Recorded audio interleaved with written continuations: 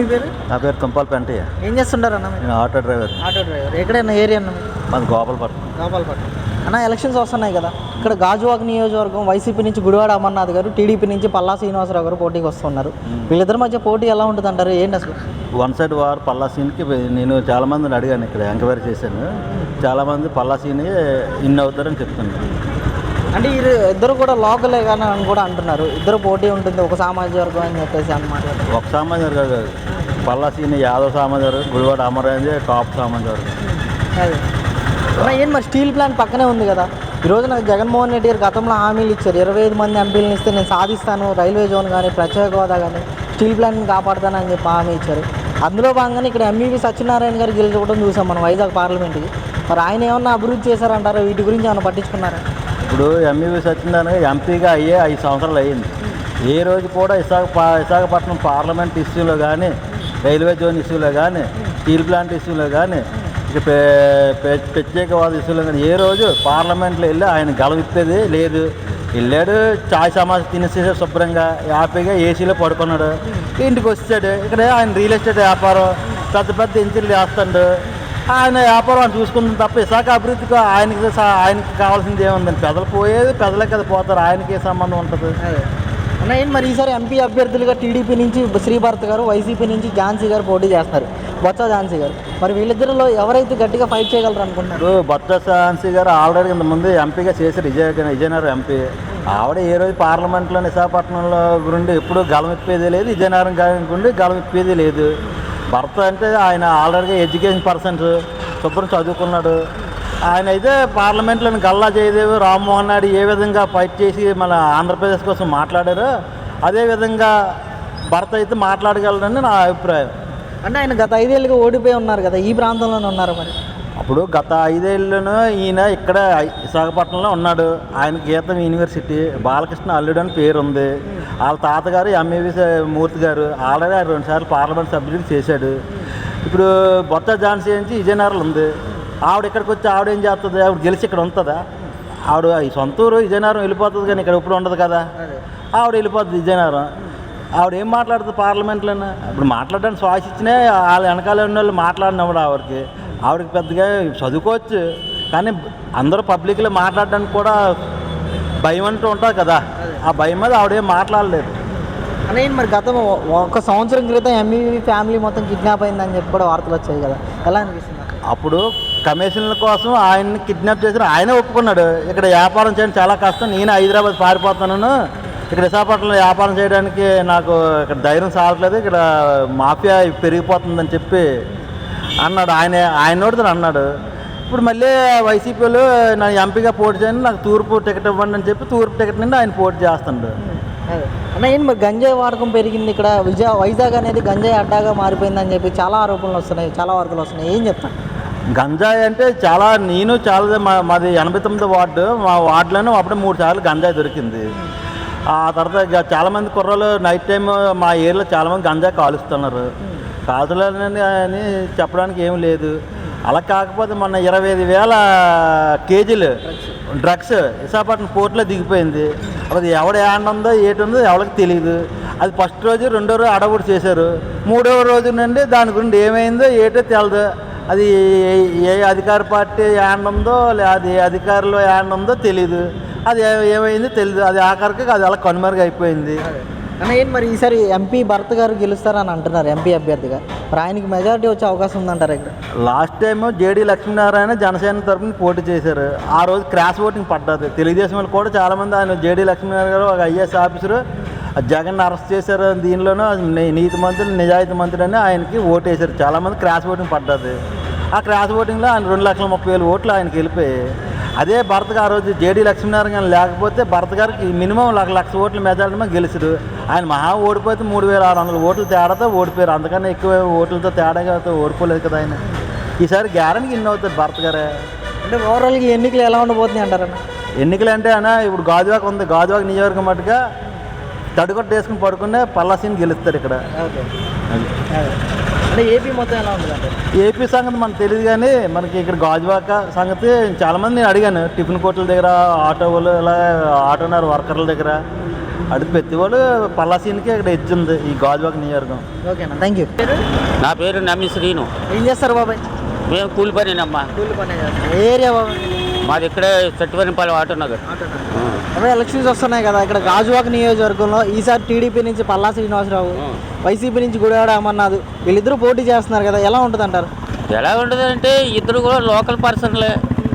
కానీ మరి వైఎస్ఆర్ ప్రభుత్వంలో ప్రజలంతా బాగా కొద్దిగా ఇబ్బంది పడ్డారు కనుక మరి తెలుగుదేశానికి అవకాశం ఉంటుందని అనుకుంటున్నారు అందరూ. ప్రజలంతా అనుకోవడం, మేము అనుకోవడం అదే అనుకుంటున్నాం.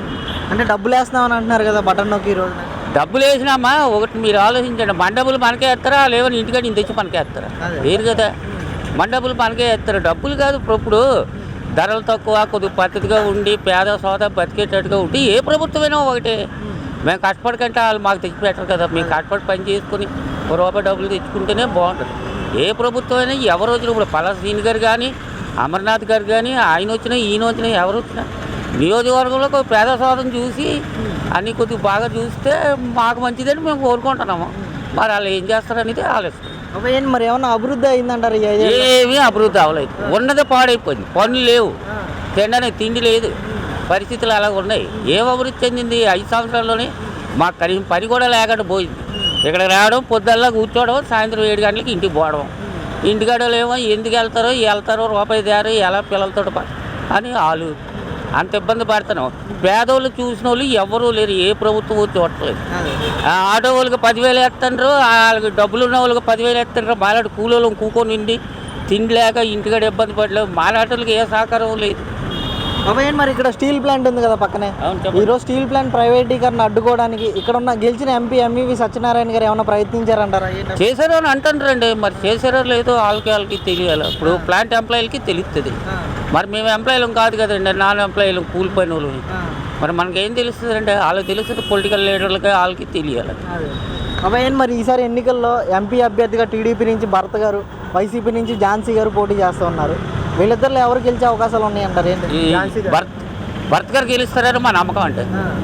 ఎందుకని అడగండి, ఝాన్సీ గారు అంటే మరి చేశారు కానీ అంత ఇది లేదు, పట్టు మాత్రం ఎక్కువ ఇటే కనపడదు భరత్ గారికి. అంటే భరత్ గారికి లాస్ట్ టైం ఓడిపోయి ఉన్నారు కదా ఎంపీగా. ఓడిపోయినండి, ఒకసారి ఓడిపోతే ఒకసారి గెలకూడదని ఏమని ఉంది, చెప్పుకోలేము కదా.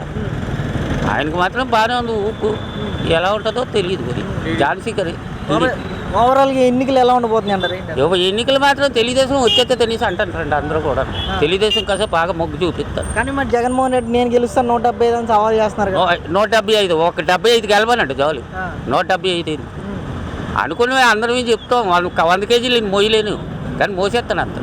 50 కేజీలు మోయడమే కష్టం. ఇక్కడి నుంచి అక్కడ మోస్తాను, ఆవేశం వచ్చేస్తుంది. అలాగా అనుకుని అన్నీ జరిగిపోవు. అది ఏం జరుగుతుంది అనేది ప్రజల నిర్ణయం, ప్రజల ఇష్టం. గెలిస్తే మంచిది. ఇప్పుడు ఆయన గెలిచినా మేము వద్దని అంటలేదు. కాకపోతే పేద ప్రజలు చూడమంటున్నాం అంతే. ఇంకా అందుకని ఏ ప్రభుత్వం వచ్చినా పేదలు మాలాటలు కూలీ నాలి ఏదో ఆడేటట్టుగా చేస్తే చాలు. ఇంకా అంతే. సార్ నమస్తే సార్, మీ పేరు? నా పేరు రాము. ఏం చేస్తారు సార్ మీరు?